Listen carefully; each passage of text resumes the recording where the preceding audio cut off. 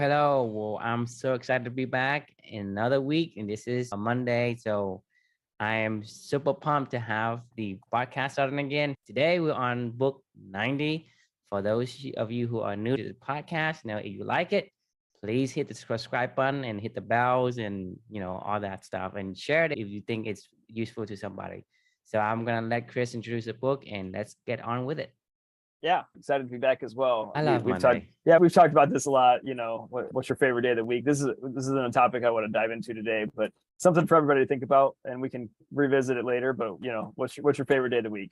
I will say this: mine used to be Fridays. Now it's probably more of a Monday. Mhm. You can figure out why. Well, I told you that a long time ago, Right? and Yeah. I was like looking forward to Friday, but after so many years of doing the things that I want to do, now I stopped doing the things that I want to do, and I have things. Basically, I just remove all the things I hate.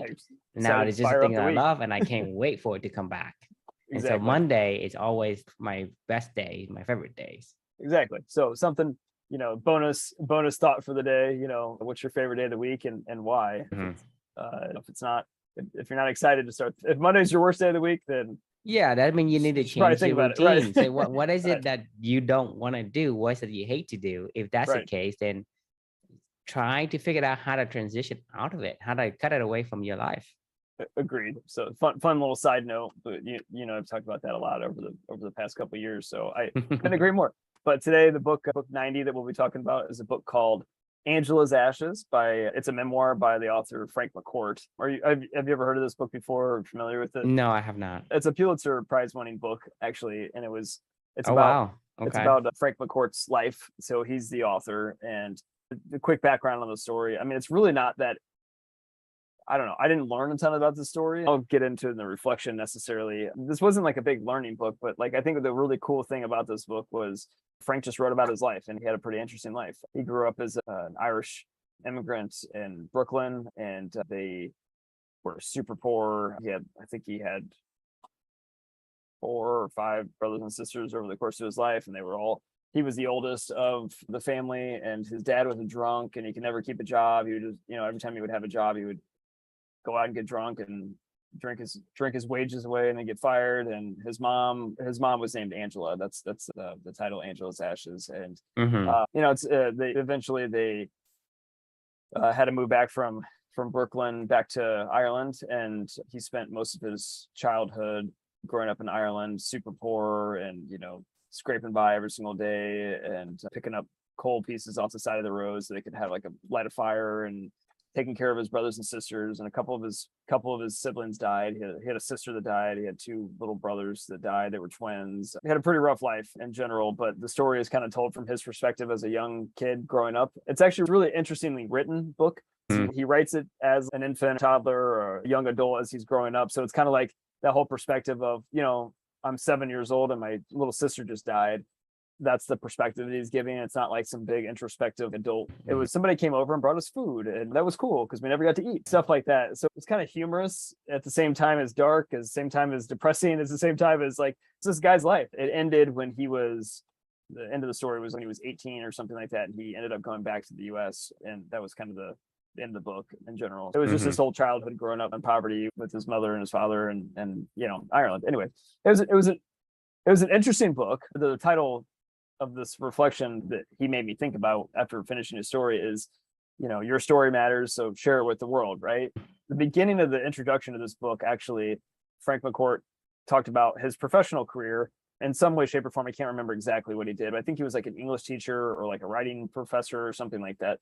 It wasn't until he kind of had a floundering writing career himself, and he never really found his voice, I guess, if you will, in terms of creative writing. But it wasn't until one day when he realized, well, I should write about the thing that I know the most about, which is my own life. And he kind of gave himself license to tell his own story, that he finally, broke through and found his own voice and created Angela's Ashes. And he became, a Pulitzer Prize winning novel. And everybody knows who Frank McCourt is now, kind of thing. And then he ended up writing a few more novels about his life. But he didn't know, he mentioned it in the book. He was like, I didn't know you could write about your life. Like that wasn't something that we were told you could do. That wasn't something we were taught. And I didn't think anybody would ever care, but he just started writing and telling the story, and here we are. This is what I found out. Surprise, surprise. Right. One of the cool things that I learned about this book, as I was reading this book, I actually happened to see this news article one day while I was watching TV, and they were talking about a recent poll of Americans thought that 55% of their lives were worthy of becoming a book or a movie. The panel of people that were talking about this poll, they were giving their opinions and their thoughts on it. They were kind of blown away. They were like, I cannot believe that this many people are so arrogant to think that people want to read a story about your life or your story or whatever. Like, that just sounds mind blowing to them, right? But for me, on the other side of that equation, I think that's the problem. That sentiment that was coming from the newscasters and the opinion journals, and I feel like everybody deep down inside has a story to tell, and we should be encouraging every single person in the world to be able to share that story, because there's something to learn. Even it may not be one of the most magical story you've ever heard. It may not be about vampires or Marvel Universe superheroes or avatars or future, AI crap or the Matrix or whatever. But like, Frank McCourt's story matters. Like, True, your story matters. My story matters. Every human story matters, and they're uniquely positioned. There's nobody else who can tell your story other than yourself.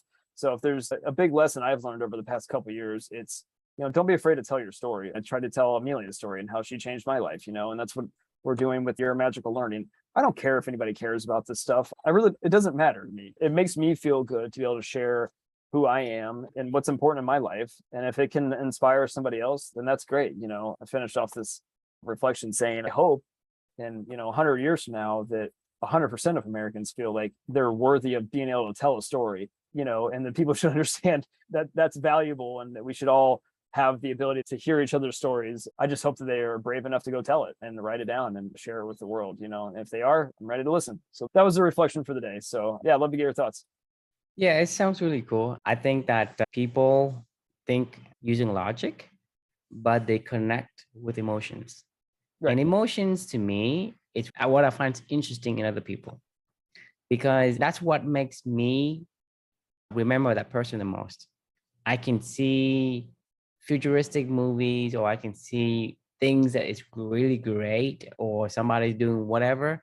But if it's not similar to me, I don't think much about it. To be honest, I don't really care. All right, just entertainment. Well, the thing is, I don't care because it's not something that we go back to the self-esteem concept. We are selfish. We do things, we pay attention to things that has an impact on us. Whatever it is, right, has an impact on us. If there is a war in the other side of the world, the thing is, if you think about it, the same concept applies to the guy who's actually in the middle of the war. Right. It's a big difference. I mean, their tensions is huge. You're talking about a fat tail. This is what I'm talking about. 1% versus 95%, 99% of all the people. It's a reverse. So we only think and care about things that we can relate to. And a lot of times when we're talking about something that is really great or really off somewhere, the 1% tells you that, hey, that's not different enough for people to want to relate to you. Right. But the reality is we are built on the genes to connect. As a human species, we are built to connect with one another. Before the advent of the modern world, we are basically these people who pass on ideas and stories from generation to generation by sitting around a campfire and talking about the stories and talking about, hey, what did you do? What did you catch? How did you hunt? That's how you tell how that person is. What are they like? What are their personality and their characteristics? And so for us, I mean, in the past, we're talking about you have to find out who you are, and you have to exude, right? You have to radiate your personality, because if you radiate your personality, then you can attract the people that you want, and you will reflect the one that is not compatible with you. And so you get all the good things and detract the bad ones. So you have to tell your story. You have to be able to say, hey, this is me, this is Chris, this is True, and this is who I am. If you see that I am similar to you and you can benefit from knowing what I do and vice versa and whatnot, you can connect and you can come along and do the things that we want to do together. So I really like the fact that everybody should tell a story. For one, is they're going to attract the things that you're going to want, because if you're telling people I'm this person, but you're not. Let's say you're really The whole fake it till you make it kind of yeah, motto, because like you're that's gonna so much attract bullshit. Yeah. you're gonna Right. attract other life. Right. If you're an honest person, and then you want to be this fake it to the make it and all that stuff, you're gonna Right. attract all those people. But then again, that's the personality you're trying to. But that's not you. So you're Right. suffering mentally. Right. Do you really want to be And it Justin takes Bieber? you twice or X time the effort to play that person, the character. Right. Versus being yourself, it takes almost no effort at all. And so that's what I'm saying is you're gonna attract the wrong person if you pretend to be someone else. Why? Because it doesn't matter. You pretend to be someone else. Well, some people that's gonna like you, and some people it's gonna hate you. If you be yourself, well, some people are gonna like you, some people are gonna hate you. So Right. regardless of what kind of character you want to embrace, you're gonna have people that's gonna like you, and there's people gonna hate you. So why are you switching and trading? You say, hey, it's better to become that other character. I mean, Because you're gonna have the same ratio of people hating you and people liking you. But in the other one, you're spending so much effort trying to pretend something, and you're gonna hate because that's not you. But on the other hand, you have the same number of people hating you and liking you. But on this side, you attract people that you really want, and it takes no effort at all because that's who you are. You are just a state of being. If you're just being you, right? And so Yep. if you don't tell people who you are, how would they know to come to you? They don't. I mean, like, and not only that, it affects your art. So Frank McCourt was like 60 when he published this book, and he had written his whole life, I think, and his art was never anything that he produced that was worthwhile to anybody because it wasn't authentic. Like he was trying to produce something that wasn't Frank McCourt. It goes back to a reflection that we talked about toward the beginning of this that we've already done with the book by Kevin Smith. What's that book called? It was something like Life Advice from Fat Guy That Did Good or something like that. Anyway, the Kevin Smith, the movie director, and that was one of the reflections that I shared was like when art becomes work. Kevin was able to create this amazing artistic expression of himself in this movie Clerks and Chasing Amy and a few other, his early movies that were uniquely told from a story that only he could write and direct because it was that he was creating, and it attracted people. And then as time went on, he was like, well, I got to figure out how to be this person that everybody wants me to be, but I've already shared my art. He was never evolving with himself. Latch onto that characteristic, that Right. personality. Hey, I want you to be that person. Where's that person? Right. Show me. Like you were talking about, like Tommy McGuire. Show me the money. Everybody say, show me the money. Right. Yeah, Right? exactly. Well, yeah, it's a good point. Jerry Maguire. I'm sorry, Jerry Maguire. Not Jerry Maguire. Like it's just they have in their mind this personality, and you when you fake this personality, you pretend to be that personality, people are gonna latch onto it, and that's all they think. And for Kevin Smith, it was so difficult for him. He was struggling to create a new identity just because people expect him to be that person.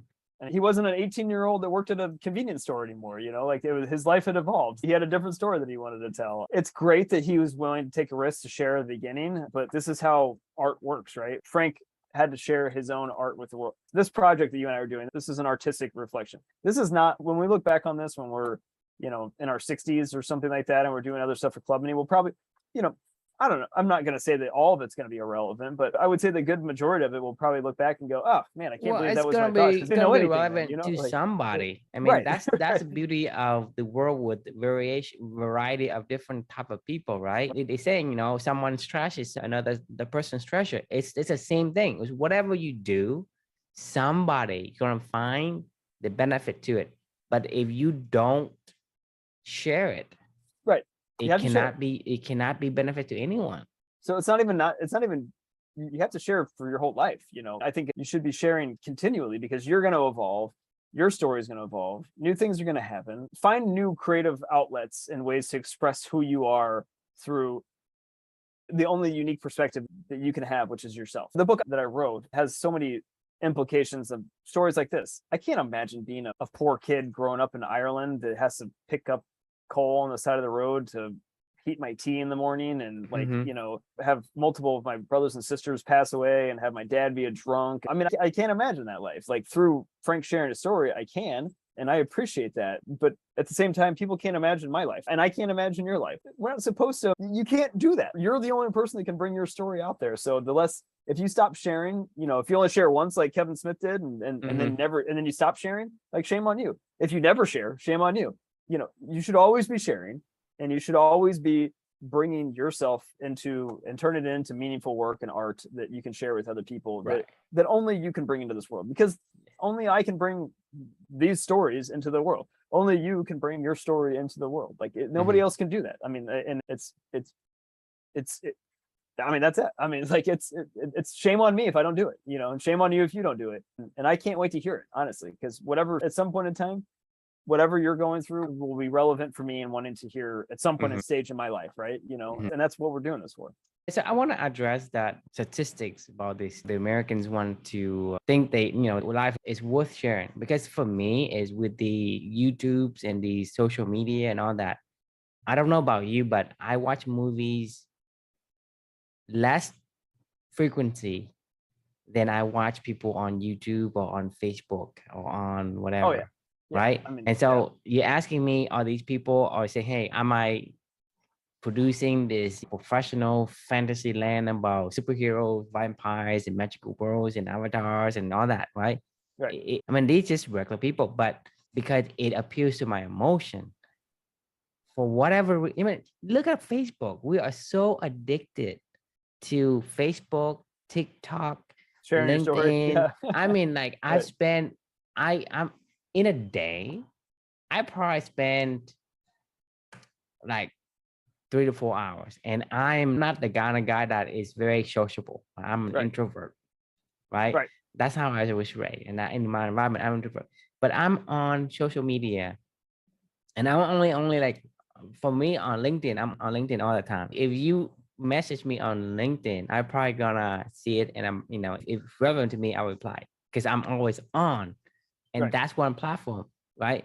I mean, there's Facebook, there's TikTok, and all. There's so much, but it's talking about regular people. But that's what consumes my time. Versus, I probably watch one or two movie, in a week. In a week, I'm sure I've probably watched 1 or 2 movies in a year. I mean, exactly. I probably watched 5 movies in a year, I would say. Right. But I'm saying, but my point is, I am more fascinated by the people that I can connect and relate to, regardless of how fantastic the story should be, supposed to be. I mean, and to me, that is a contradictory that I see as evidence, because people say you have to have this awesome story to tell to be worthy of sharing. And I disagree, because I see that I am fascinated by, hey, some guy is for example, I love cooking, right? So I watch all these guys who goes and cook and go to the street in different places. I mean, cooking, how much more can you do? Like, okay, you get ingredients to put together, you put in the pot, you stir it, and then you serve. But I'm watching over and over again. It's not new, but the thing is, I don't mind, because it's the people that I'm watching. Right. No, I think you bring up a really interesting point, because I mean, that's at its core what platforms like Facebook, Twitter, Instagram, LinkedIn, TikTok, whatever, they're all about sharing your story. To me, is that because the person who's doing the thing, to me, I think they are doing things that they know, and they are real to themselves, that they say, hey, this is who I am, versus somebody who say, I'm just acting. So if I found a profile or some video that is acting, then I watch it, but I won't watch it again. Because the thing is, the person is not, whether or not they are pretending or not, but for me, as far as I can tell, they do it because that's who they are. And I want to, for whatever, I'm drawn to that aspect of it. But if a person or a fake profile, whatever, do a fake video as a whatever, then to me, it's not as compelling, just like a movie. Because a movie is like, hey, this person is playing a different doctor or whatever, but he isn't. So for whatever, that kind of disconnects the engagement in my mind. So it's not as drawing to watch the videos or to connect. It's really funny you say that, because the best actors are the ones that could make it seem like they're not acting, right? I mean, because we don't want to see people act. We want to see real, authentic stories. We want to hear real stories, from And people. it's very hard it's very, very hard to kind of like immerse yourself in a character and pick up every single little details, right? You have to And live a different life. as far as I can tell, there's only a handful. I mean, not a handful, but I can count on my one hand the number of actors that could do that. They're The ones rest that of win them, the the rest of Academy. them, a character, and they play the same character over and over again. Oh yeah, They like cannot- Tom Hanks is Tom Hanks in every movie. Like it doesn't matter. I always crack Kevin Costner is Kevin Costner in every movie. Right, right. It cracks me up because he happens to be in good movies, but it's like he's the same Right, guy. So it's like exactly. I mean, The Rock is The Rock, and Right. he's always gonna act like The Rock. He can't act like a wimpy little kid or whatever. He just can't. Right. It's a funny point because I think you're dead on with that. I think what it goes to is we all crave real, authentic stories of people, right? I will say this though. Twitter, YouTube, the social media world, Facebook's, all that side of everything is great. And it does give you a platform to share that authentic voice all the time. Mhm. I will say this, art takes time to curate and to craft the story that you want to tell that only you authentically can put out there in the world. That's one of the reasons why I value books so much, because anybody can go on to Facebook and authentically present themselves every single day. That doesn't mean they're bringing art into the world. That what I do on a day-to-day basis isn't art, right? Like the story that Frank McCourt told, wasn't something that he could have vlogged every single day and told his story. Like sometimes you need to take time for your own personal life to develop before you decide to Right. share I'm that not with saying the world. I'm not saying, I mean, the thing is, I mean, It's a fine to line, me, right? to Like, me, I mean, it's up to the person, because like I say, everybody's will be benefiting somebody else just because, right? So to me, it's not about, okay, you have to do this, have to do that, because like I said, back to the concept of someone's trash is someone else's treasure, because you never know if that person can say, hey, I found that beneficial because of this or that, whatever.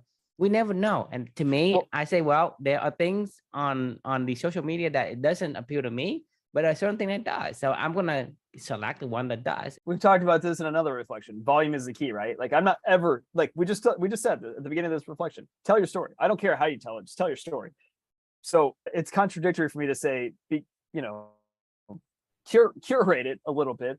Tell me a story that matters. But like contradictory to what I just said. Share your story however you want to share your story. That's all that really matters at the end of the day. Volume is the key, right? The more that you share of yourself, however you choose to share that, like is impactful. Frank McCourt only shared one book that he ever wrote, and it became a Pulitzer Prize winner. That's not normal, right? Like, I mean, everybody's not gonna have an Angela's Ashes, of their first book that they publish about their whole entire life when they're 60 years old. I only know about it because it was given an award and yada, yada, yada. But to your point, and to something that we've talked about for a million times, volume is the key, right? Like share as much as you can with the world. And I don't care how you do that. Like share what you feel is really actually can be valuable. No, I guess at the end of the day, like, I mean, I'm cool with it all. Like just keep sharing. You share who you are. And the thing is, like I say, for me, there's at least one person that matters, which is you. And I guarantee you plus someone else, I guarantee you somebody is going to find something you said that is beneficial or that sparks some kind of thought. For us, we read books, but these books, like sometimes the reflection has nothing to do with the book. Right. Often it has nothing to do with the book. Exactly. So I'm saying what we do may spark a thought or an idea that could turn somebody's path completely. Yeah. So, I mean, the more that we're talking through this, I mean, this is what we're doing right now is we're sharing a little piece of art every single day.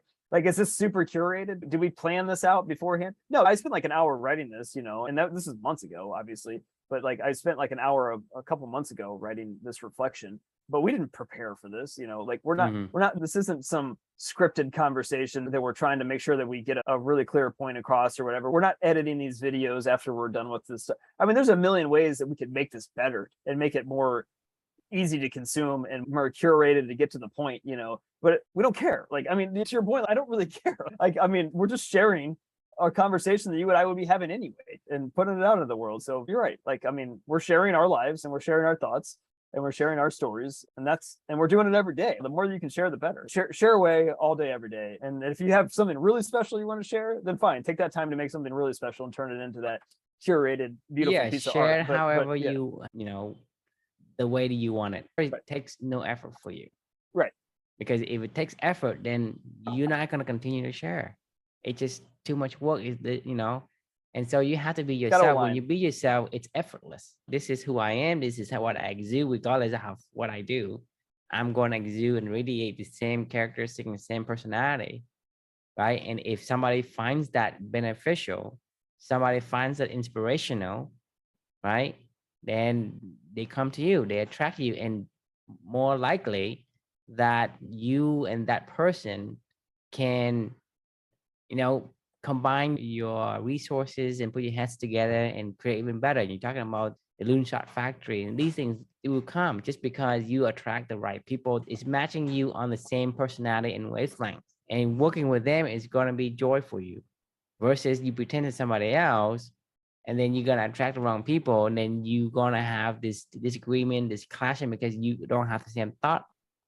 Yeah.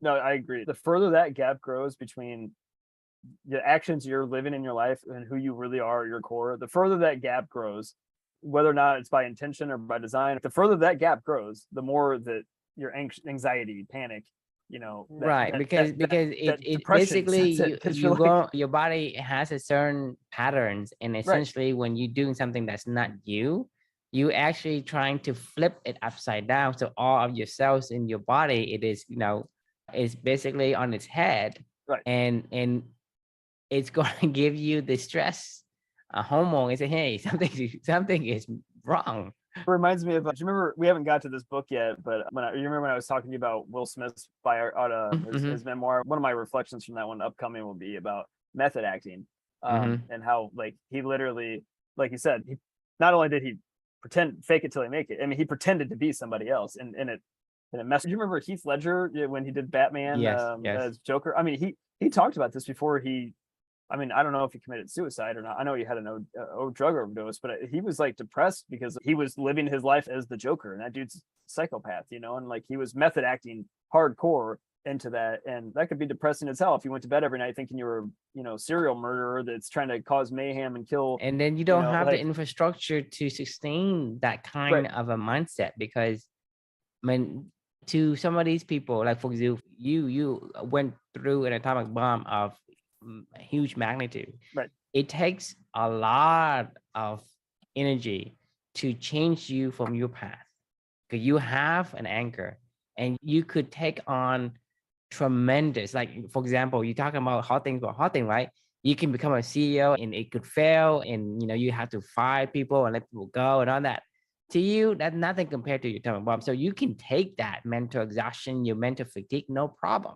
But to other people, it's like, oh, I'm so stressed out, like some people, they lost money in stock market. It's not even their right, money, and they commit suicide. It's like, who who right. forces Hell, you, hell, right? there was kids in my college. I went to Purdue. They were, engineering's a really tough program at Purdue, and there were kids who would jump off of parking garages after finals, and I'm like, are you kidding me? Need the infrastructure Because you got a bad to grade, withstand, to kind of take in and kind of like hold these mental. And then if you method act and you become that person, like that personality could be too much for you. It could collapse on you, and some people couldn't take it psychologically. I could easily see that if I was pretending to be a mass murderer every single day and my thoughts and my feelings were really aligned to that, like that would really mess with my head, because I don't think that's who I want to be in my life. I don't know how I would disconnect. That would be really difficult psychologically to fully go all in on that kind of stuff. To your point, like earlier, probably the best person to play a mass killer would probably be a mass killer, because that's his state of status effortless. quo. Like, His state of status right, quo, right? right, It takes no effort for him. If you are an honest and a loving person and you try to kill people, it goes against every single grain in your cell, right? which There's everybody no way you can sustain that. No, it tell your story, tell your real story, tell your authentic story. Don't try to be somebody else. Just be you. Tell you, and share. Like, be you and share. Like, I don't care how you do it, just be you and share. The question that I asked in this one was, what's holding you back from sharing your story with the world?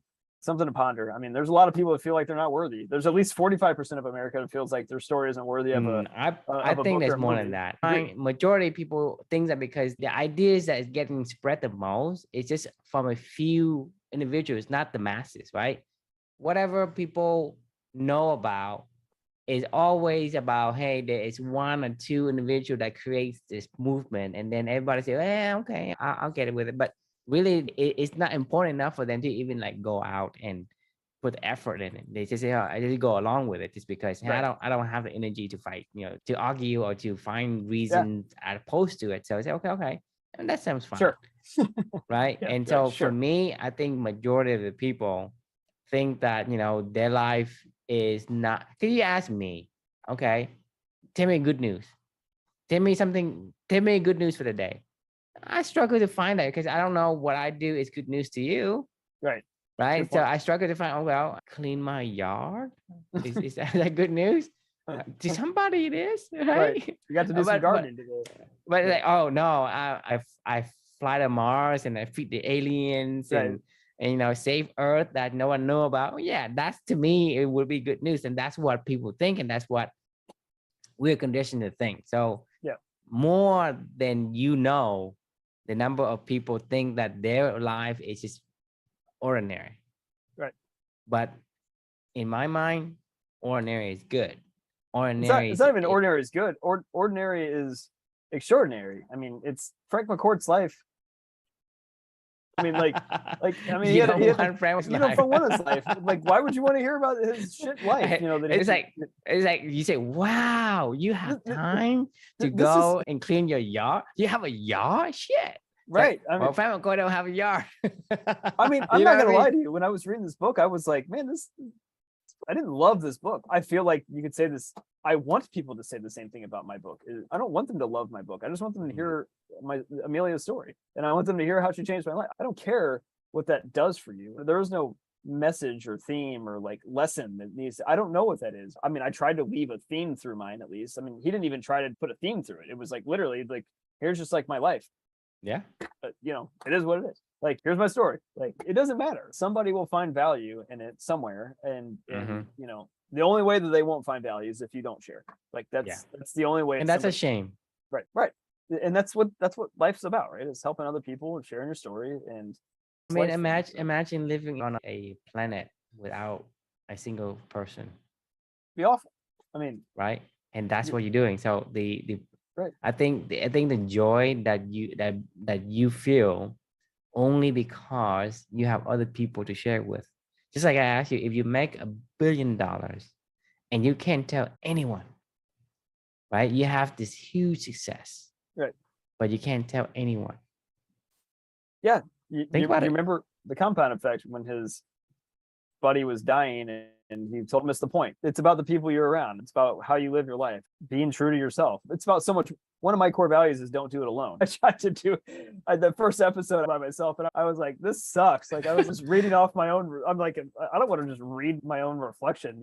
I can use it as a basis for a conversation. This would have been 5 minutes or less of me just reading a computer screen and recorded it. You know what I mean? Like, sure, somebody may have gotten value out of that, but this interaction is what makes it Monday's good, exciting. It's what makes us want to go do this stuff. Once again, we're like a broken record, but I don't think either one of us care whether or not somebody ever hears this. Do you care if anybody ever hears this? No.